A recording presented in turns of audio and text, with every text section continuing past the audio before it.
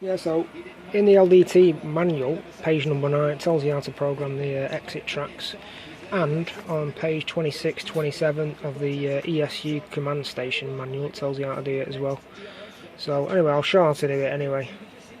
So what I'm going to do is press S1 on the back there, the button, double click that twice, you get a green flashing light, so that's ready for programming the track exits.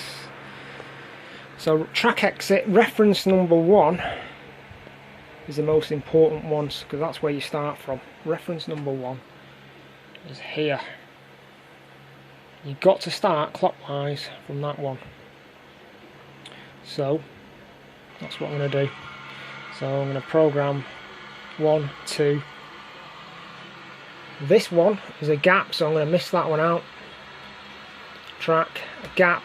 So the turntable bridge will bypass these gaps when I'm selecting a track around here.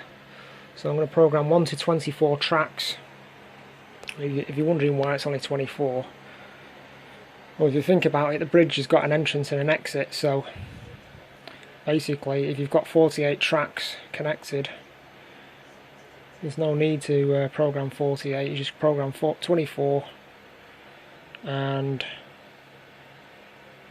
say you come to track number 10 here, you can also come off at track number 30 on the other side, if you know what I'm saying. It's a bit complicated to explain all this, but that's what we're going to do now. So put it into green flashing light, 2 clicks on that, and then I'm going to go and program it on the interface now, on the ECOS.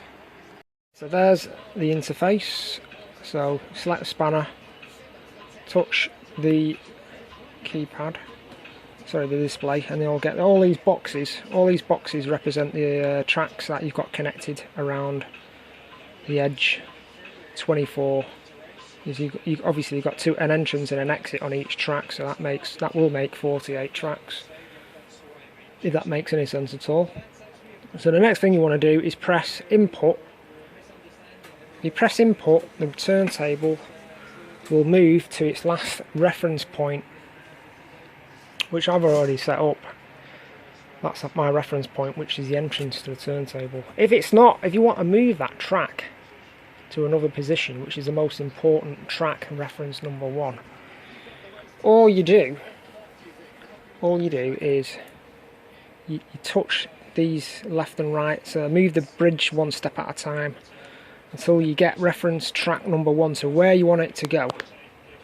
And what you do, I'll show you now, you press clear to clear the memory of that particular slot, and then you press input, and that is track number 1, reference track. It's just as simple as that. Then you move it to the next track, and then input, that's my track number 2, and then I move it to the next track, which I know there's a gap there, so I'm not going to put anything on that, no entries on that. I move it to the next track, and I know that's an input there, track number 3. Move it to the next track, I know that's a space, so I'm not inputting anything there. Move it to the next track, and that's another input, and so on.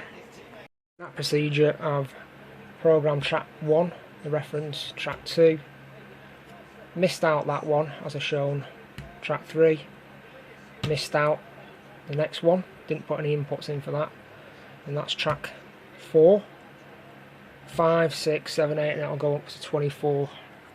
When it gets to 24, the bridge will spin around to track reference 1 and come out of programming mode, because it'll be fully programmed then. That's the maximum amount. If you've only got a couple of tracks, to end the process you just press end on the keypad on the ECOS, and it'll come out of programming mode.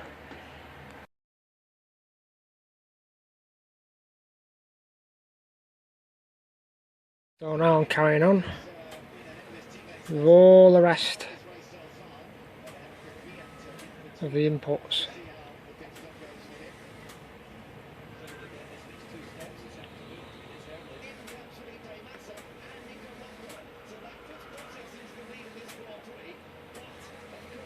when it reaches the 24th, it'll go back to reference point track 1, which it's doing now. It's reached the 24th programmed exit, so I've got 48 exits programmed really. So now it's going back to reference track number 1, and it'll stop around about, well, there we go. And that's it, it's all done. So you press the tick button, exit, programming mode, and there we go. If I've got a track 2, you just press the direction control of which way you want the bridge to go. Got track number 2, press 2, there we go. Got track 3, and it'll bypass that black section there where there was a gap. I'll go to track number 10, there we go, it'll move to number 10. That's how simple it is on the ECOS. Very easy once you get your head around it. When you can count like this from reference track 1, 2, 3, 5, 6, 7, 8, 9, 10, you know it's lined up perfectly, you know it's synchronised right then. It's on track number 10 there, and it's saying track number 10 on the display.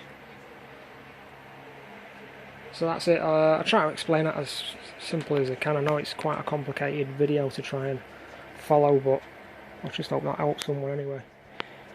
Right, so I brought the cables from underneath and where they need to come from, and positioned the decoder right there, upside down. Could mount it on the top of the baseboard somewhere, but just thought it's out of the way there. And all I've got to do now is put on the plastic box, which just sort of clips on like that. And that's it, it's all done and dusted. Excellent.